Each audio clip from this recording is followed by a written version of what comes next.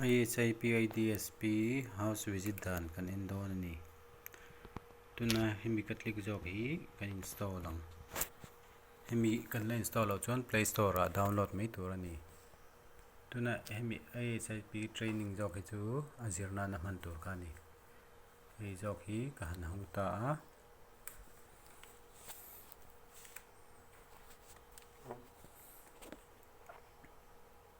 hemi ka ti ma hianin kalo ma hianin heta hianin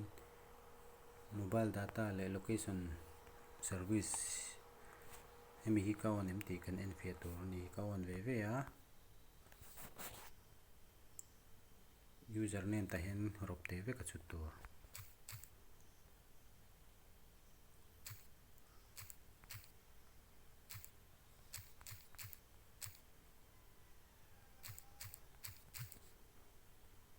password po rop te in ron kal do ni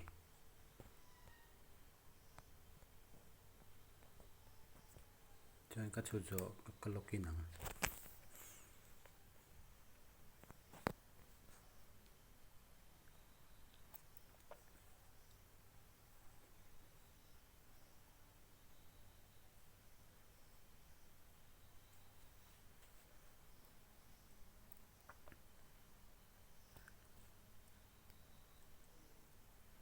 lo lut ta a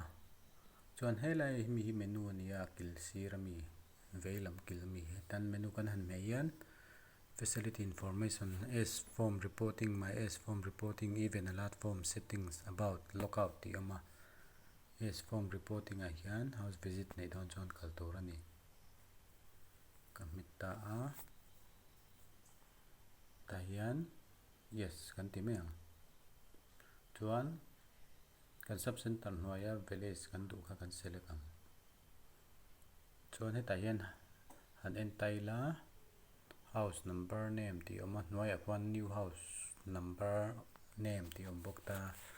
hemi a chung zawk a hi kan click chuan hei engmah la awm lo a hemi hi kan ti tawh sa en nan hman tur ni ka bek le ang chuan new house number le name ti hian ka click ta a ming ka chu ang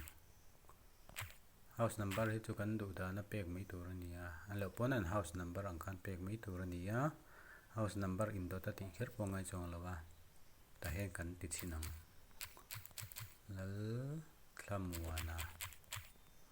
ka ti ta hei chuan heta hianin a chungah khian han en taila name house number name 1 lal thlamuana haulong ti hnuai khian location 0,0 awm ta hi location service ka ka han me khanin a number khi alo in thlak dawn ani khi number alo awm tawh a chuan hemi zo hen heta sirami plus sign hi ka met le ang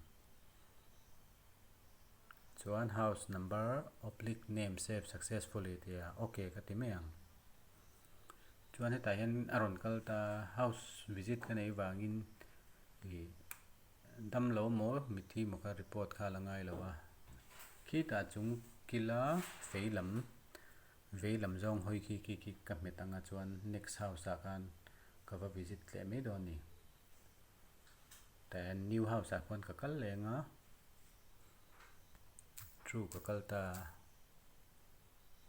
true a khan a ming kha ka chu le me do ni chuan location ka met lenga ki location ki number lo awm le a plus sign ka met le a name successfully lo ti la ti khan in dot le ka kal le chuan veilam fei khi ka met le a ti khanin pathum na ka chu le ta a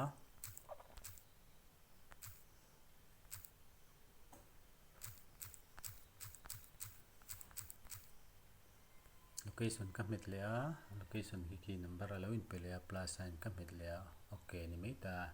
ti khan ki ta fe a khen ka bek le mai ta chuan ka ti to sa ken du chuan hei a chung zo ka house number / name ti che hi hemi zon hnuai hen ka click ang alo lang mai do ni khi 1 2 3 alo lang mai ta Antinan lal thamuan te chung kwa mi khadam lo lo om ta se hemi te chung kwa tang hian ka click mai ang ti khan chuan heta hianin anuai new house number name ti kon click to login he lampang achung kila vei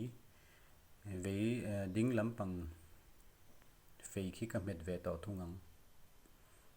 chuan tuna hian damlo lo ta is there anyone sick at home ti hi yes ka ti meang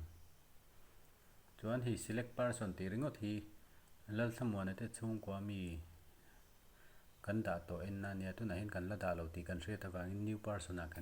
kan etang lal thamwana nupui siamika kan da lu don ta siami kan da nga plus sign kan metang chuan female ania female kan kalang hemi damlo e thi chu khoi hmuna po ti te to ni age le date of birth du zo zo kan mang thei ta date of birth ka mang chinang chuan hemi date of birth ka man hian khu ta date of birth ti DDMMYYYY ti hi katlikang calendar alo lang do ni he like kil sirami hi chuan apian kum hi kum rei to tak alo ni chuan khita sang ni samni pakhat ti hi katlik mai do ni ti hian sang ni samni pakhat katlikanga ei tian ka hrut thlata a antinan somsari pahni apiang lo ni ta se hi sari ni ti hi katlik meang chuan apian thla kha antinan November ti ni se ti khan hemi athla hian katlik le mai ta andi zat kha kadu ber khan ni kwa ka selecta chuan khuta noi lampang vei lampang a kwan set ti khu ka metang chuan ti khan ka ti zauta khita feilem dinglam ko khi ka kal leng chuan syndrome lo lang ta hian hei phek riat lai om ta hemi a hring feia ko v sign deuh i hemi hi ta tang hian ti khan du du in ka kalanga ale jong pon ka kal thei ni ti hian tuna hian lose water stool with blood less than 2 weeks ka lo tlang chin ta a hei ka thlang ta a ti khianin natna dang chinhi lo nei ta se kho sikte nei le ta se tuna mi siami ti kha bultanga lu that le da le me tu ni pakhat chia thlan theya veilam kok fei ke ka met leang ti khian submitted um yes submit ton ta ni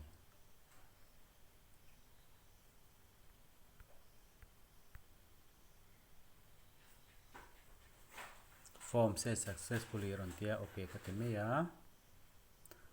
chuan ka ti to kha ka submit to ma se internet a ka upload lo chuan an lo mu thei don lo ni chuan ka ti to kha ka report kan en le nge menu a kian helai chung kil a kian ka metta hei my s form report hen ka click ve thunga hei siami bracket a star om ta hemi siami bracket a star om hi kala upload lo entir na ni hemi star hi ka upload a ka sync to nu chuan abo don ani hi kan sync chinang ka sync don chuan menu ka kal le a facility information a hian ka click ang chuan khu anuai kwan sync 1 bracket a 1 ti oma hi sync hi ka metang please wait in tia kan nga ka nga